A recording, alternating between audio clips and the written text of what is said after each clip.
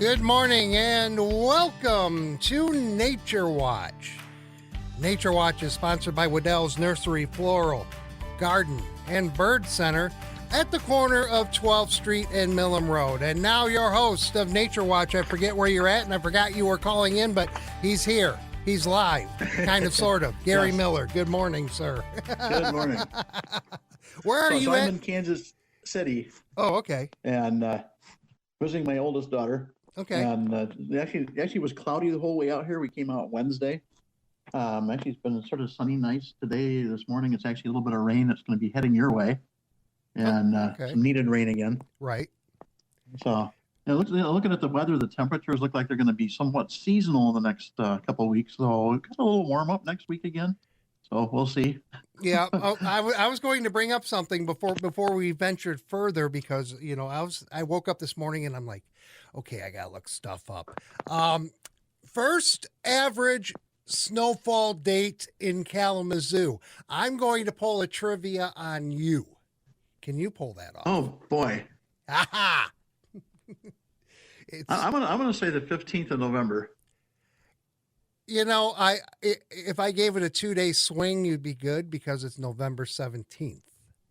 Oh wow! I was thinking, opening season of gun deer season, and it seemed like a lot of years we had some snow here and there, or had snow earlier. And of course, that was why I guessed that. The hunters want the snow. Do I win something then? No, you don't. You get a pat on the back, a hearty handshake, and knowing that you were within 2 days of the actual answer. So there you go. Now here's part two of that. How many inches of snow? I'll give you a 5-inch leeway either side. Annual snowfall for the first snowfall for the actual season. So we're going to count it from fall to spring. Technically, because that's when our snow does fall, pretty much. And we're talking the average. Okay, we'll go 39 inches. 39 inches. You need a bigger snow blower, sir. 57. Oh, Actually, okay. 56.4, I do believe. I lost that information, but yeah. I've gotten spoiled the last several winters because it's been so snow-free for the most part. Right. There you go.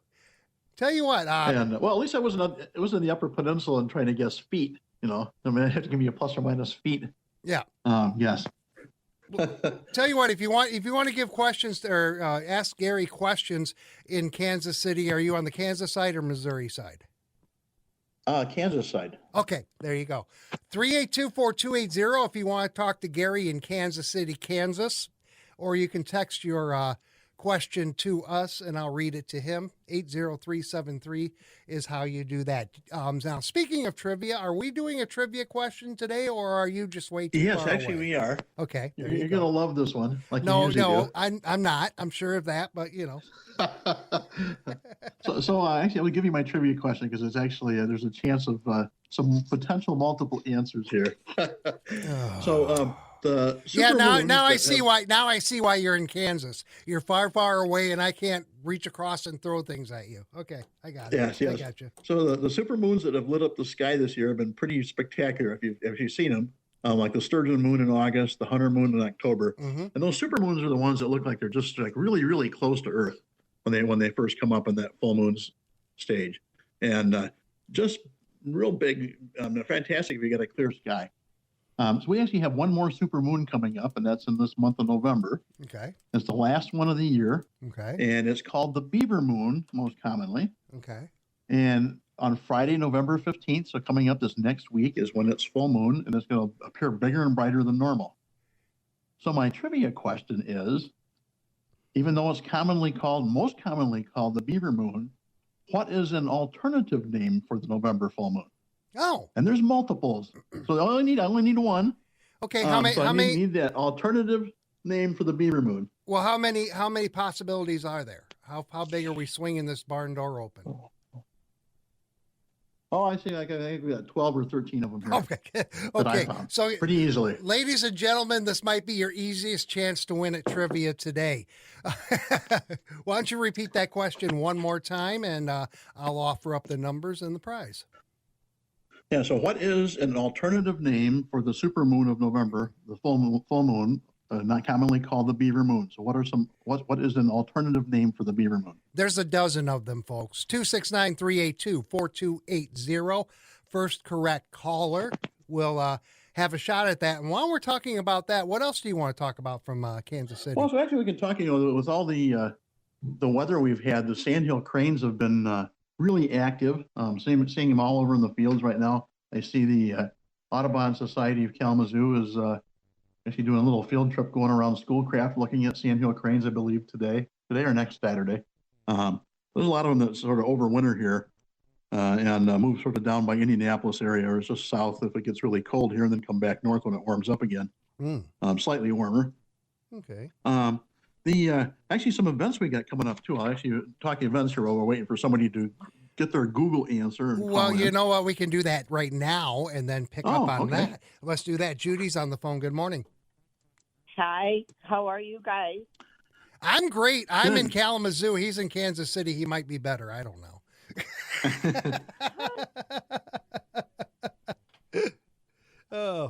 What's your guess, Judy? The beaver moon is also called the frost moon. Oh, that is one of the correct answers that I found. Ooh. There's actually quite a few different answers, but that is one of the correct answers that I had. So Judy wins today. There you go. What are the other answers? Let's kill some time. So actually, I was going to actually talk about that because most of the moon names are actually linked to early Native American, colonial American, and European folklore. Okay, well, let's save that then. Let's go ahead and save that then. That'll give us something to talk about. I can get Judy's information from her, and then we can talk about supermoons and other nature phenomena and snow. That sounds wonderful. For snow and deer hunters and all that fun. Well, at least we didn't get the snow that Colorado and New Mexico had. Exactly. Okay. Judy, can you hold on the line?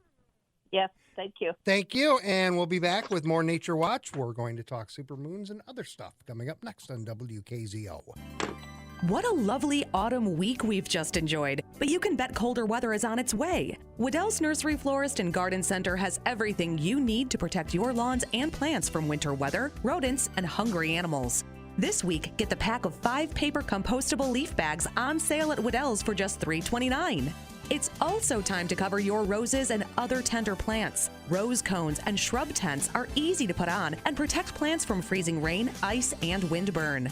Right now, small rose cones are on sale for just $6.98 and large cones are only $8.98. Waddell's also has burlap to wrap your trees and shrubs, and straw bales are on sale for just $8.98. Or get peat moss to put on top of tender shrubs like butterfly bush and hydrangeas. 2 cubic foot bags are sale priced at $10.98. Stop in anytime and visit with the green industry professionals at Waddell's Nursery Florist and Garden Center on Texas Drive at the corner of Millam and 12th Street. I like that it's local. WKZO. More local news on the radio than any other station in town. And online, too, at WKZO.com. 841:39 outside, sunshine. And Nature Watch continues with Gary Miller. Judy Jackson, our big winner of a $20 gift card to Waddell's Nursery, Floral Garden, and Bird Center. I was going to get it out, don't worry. At the corner of Millam Road and 12th Street, by getting the trivia question correctly. There are going to be other answers that Gary is going to let you know about because there's like a dozen of them. Yeah, so actually there's quite a few of them. I'll actually go over those. But first, I want to mention events coming up. So I got one event for next weekend. It's actually getting that time of year, and we have to mention Christmas. Not that I had a bad time to mention it. I always like talking about Christmas.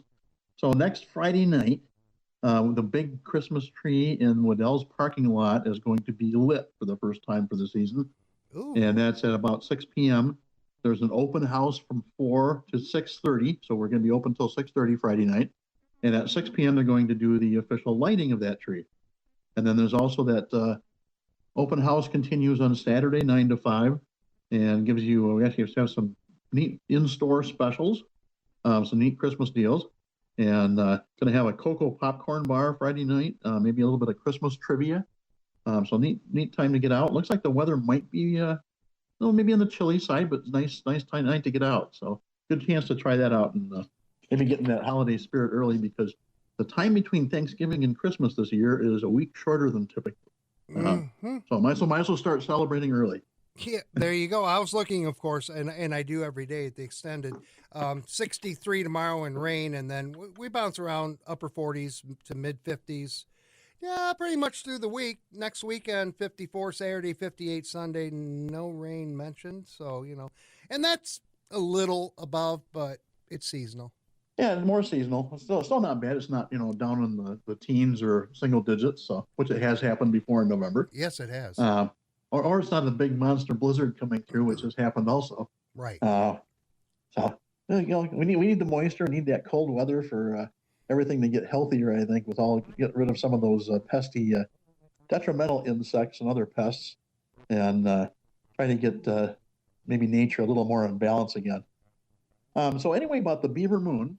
Like I said, they get that came from connections to early Americans, Native Americans, colonial Americans, European folklore. And one of the stories is that the beaver moon received its name because beavers began building their winter dams during this time of year to prepare for the cold season ahead. And because they're primarily nocturnal, they use the light of the full moon to work on the shelters. One of the other stories about beaver moon is that they were on the brink of extinction in New Hampshire during the late 19th century, and primarily driven by the high demand for beaver pelts. And so they reached their thickest during winter months, and trappers were paid based on the weight of the pelts. As a result, November became a crucial month for beaver harvesting, as trappers didn't have to deal with heavy snowfall yet.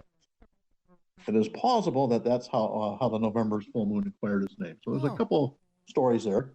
But beaver isn't the only animal inspiring names for November's full moon. For the Cheyenne of the Great Plains, it is the deer rutting moon. In the southeastern region, it is the panther moon among the Choctaw. Two birds are honored this time of year, too. Fledgling hawk moon to the Hopi of the Southwest, and the turkey moon to the Potawatomi in the Great Lakes region. So some of the animals, the critters, get some designation recognition there. I think it's more appropriate that we go with turkey moon, all things considered, since we're it's hurtling towards Thanksgiving. It's just so the weather also has a play in it. Some of the other names: moon of much white frost on grass to the Algonquin, the frost moon, which was Judy's correct answer, and the Assiniboine in the northern plains and the creek in the southeast. At least said actually one of the facts here: all of the United States and Canadian provinces, except for the most southern states in the U.S., usually get at least one frost before the 1st of November, but it becomes more common as temperatures continue to plummet with the days getting shorter. Some of the other names yet that I also found it also doing with the weather, for the Abenaki, the Arapaho, and the Cree, this is the moon when the rivers begin to freeze. For the Anishinaabe, the Chippewa or Ojibwe, and the Passamaquoddy is simply the freezing moon. And among the Comanche, it is the heading to winter moon. Even in the Southwest, when it doesn't get quite as cold, but actually in those upper elevations in the desert, it can get quite cold. The Pueblo named this as the moon when all is gathered in. Get lots of weather-related names. Right. One last one that I ran across was actually the Kalapuya in the Pacific Northwest. And probably one of the most appropriate names is called the moon of moving inside for winter. Right. There you go. So, so I got all those different names for the moon. It's interesting. It's neat to see that there's each of the full moons usually have some sort of a name or multiple names affiliated with them, and I thought that'd be a neat one to talk about this month because there was quite a few links with the Native Americans, especially in the names. And they're interesting to see too. It makes sense actually, so it makes it fun. Oh. So we actually have some neat astronomical things going on right now too. I always like looking at the stars. The Leonid and the Taurid meteor showers, and the Taurid meteor showers. There's actually a southern and a northern Taurid shower, and obviously we're more in the northern, but though occasionally they overlap. They both appear like they're coming out of the constellation Taurus or near that, and they usually come in October, November. So the southern Taurids actually had their peak this last week around the 5th. The northern Taurids peak is coming up this next Tuesday on the 12th. And they don't have a lot of meteor showers. They may have, as many as 5 to 10 or so in an hour. So not a lot of them. Usually more about 5 per hour. But they are unique because they're very slow moving. And so they look like a very large fireball, sometimes very bright. And so that makes it interesting to watch. The asteroid that is believed to be the source of the debris that the northern Taurid meteor shower generates is an asteroid named 2004 TG sub 10. And it was actually discovered it in 2004, so not too long ago. The orbit closely around the sun closely matches that of the periodic comet Encke, officially known as 2P/Encke. And is actually the scientists believe that this asteroid was once part of a much larger object known as Encke complex. The theory is that about 20,000 years ago, a much larger object broke it up, creating Comet Encke and several asteroids and meteor showers. And so they named the group the Comet Encke, hence the most prominent name is Comet Encke, so they named it the Encke complex. And so there's really no single asteroid or comet that has debris that causes the Taurid meteor shower. So it's a multiple effect in different sources there. The Leonid meteor shower, and it's going to actually be competing with that full moon. The peak is November 18th, which is a couple days after the full moon. So it's going to be hard to see that if we have a clear sky and going to be competing with that moonlight. The Leonids look like they come out of the constellation Leo, thus the name Leonid. And like I said, the peak is going to be the 18th of November. Might want to watch late in the night, so really, really early in the morning until dawn on November 18th. And morning of November 17th might be worthwhile too. The showers will continue through December 2nd, obviously getting fewer and fewer between, and there's not a whole lot of them anyway, but you have a nice clear night. And nice thing about this time of year with those temperatures, you don't have to worry about battling mosquitoes trying to watch those meteors. Yeah, and, yeah, there you go. I'm going to throw out a tip. I think I'm valid on this. I'm looking at next Sunday, the 17th. The moon comes up at 6:30 at night, but it sets at 11:06. So possibly right, so the later, the later you stay up, the better your chance of seeing the showers. Yeah. Or go to sleep early and then set the alarm so you get up really early the next morning. And that too. Yeah. So actually, the Leonid meteor shower, you can see at the peak with no moon, you might see 10 to 15 meteors per hour. The reason that this was somewhat well known is that the Leonid meteor shower produced one of the greatest meteor storms in living memory. And it occurred back in 1966 on November 17th. In a 15-minute span in the morning of the November 17th, there were rates as high as thousands of meters per minute. That's correct, per minute. Wow. Looked like the Earth was streaming through space, and you had that influx of stars coming at you. That's how many meteors were coming down. They say that sometimes that major shower occurs in about a 33 to 34 year cycle. But recent times when that peak is supposed to occur really hasn't been as showy as even near that 66 showiness. The source of the meteor shower for Leonids is the comet Tempel-Tuttle, officially known as 55P/Tempel-Tuttle, and the comet was discovered by William Temple of Marseille Observatory in France in 1865, December 19th. And he found that comet in the northern sky underneath the North Star near the star Beta Ursae Minoris. Word of the comet discovery became known throughout Europe, but the news had not yet spread to the U.S.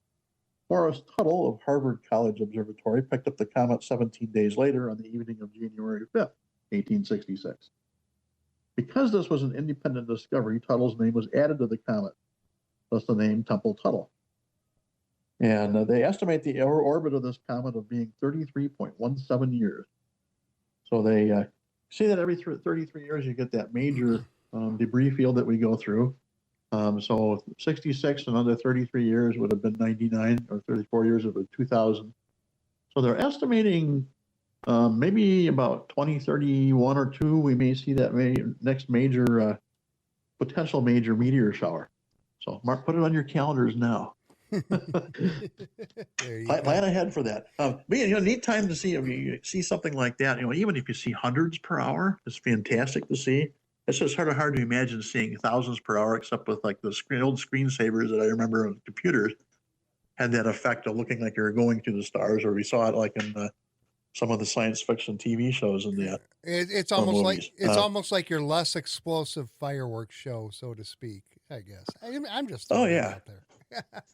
382-4280. We only have a few minutes left. If you want to text your question to Gary, 80373. Gary Miller in Kansas City, Kansas this morning for Nature Watch. Yeah, and actually the weather has been pretty consistent here, very similar to our weather, though they're in the part of Tornado Alley in the summertime during tornado season. So they see a few more of those storms come this way. Not too anymore, but the weather-wise, typically year-round, they're pretty well the same growing conditions that we have here. Just seems like it happens a little earlier in the spring and hangs on a little longer in the fall. Because there are still some trees here with a few trees with green leaves on. Though I noticed here in the last day or two that the mulberries are finally started turning color. They're usually one of the later trees to drop leaves. Mm-hmm. And actually on the way down, and several times when we were actually walking around the other morning in one of the local parks, the bulb cypress needles are turning that nice orangey bronze color before they fall off.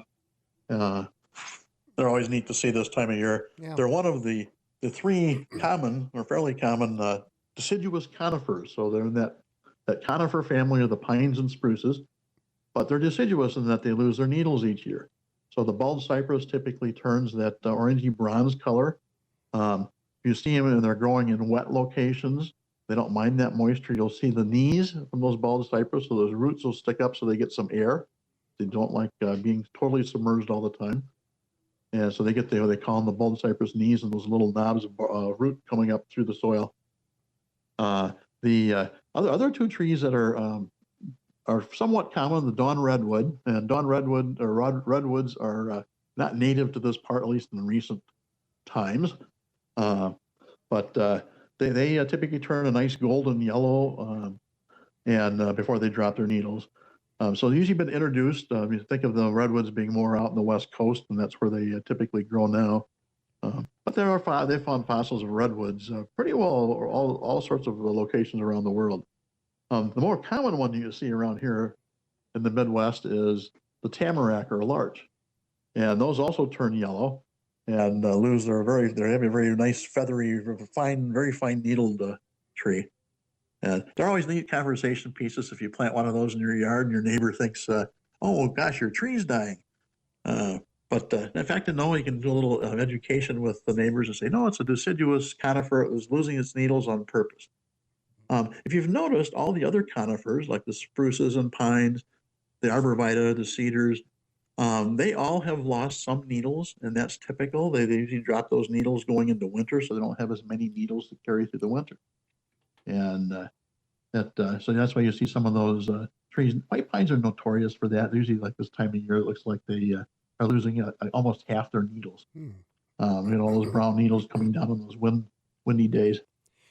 I think nature is cooperating, because one of our big fears with November snows is that there are too many leaves still on the trees, and we get a heavy snowfall, and that disrupts power and all of that. Everything seems to be working in our favor this year, or so it seems. Yes.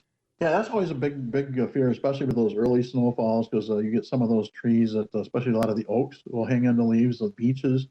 Some of those introduced trees, like the ornamental pear, typically have a lot of leaves on. And we've had snowfall where most of the maple trees have had leaves on yet. So that's always a big worry especially with the power companies, because you've got all that weight of the leaves on the branches and that additional weight of snow coming down. And usually it's warm enough that it's a wet snow, so it's even heavier. That tends to break branches down, and makes it hard to walk through too, especially when you've got leaves on the ground and then you get that big wet snowfall trying to walk through a yard, especially if somebody like me that has limited range in my knee, trying to pick your feet up to get not tripping the snow and leaves. Why do you sound like me? The good way to go splat in the yard, I guess. Yeah, exactly. That also makes it fun, or I guess I'll say that sarcastically, fun trying to get those leaves picked up after the snow melts, because it just get plastered to the ground and all that moisture, and it's hard to get all those leaves picked up. Right. Well, ladies and gentlemen, Gary will not be at Waddell's today. Just saying. I will not. Yeah, he's at Kansas City, Kansas. But again, the tree lighting is when again? So that's Friday night at 6 p.m. The open house starts at 4. And the store is open until 6:30, so right around 6 p.m. or almost exactly at 6 p.m. I know last year it was right exact at 6 p.m. The switch gets thrown and that big tree in the parking lot gets lit up for Christmas. There you go. And I know they were decorating that here before I left earlier in the week, so it should be all ready to go. There you go. Gary, enjoy your time in Kansas City, my friend.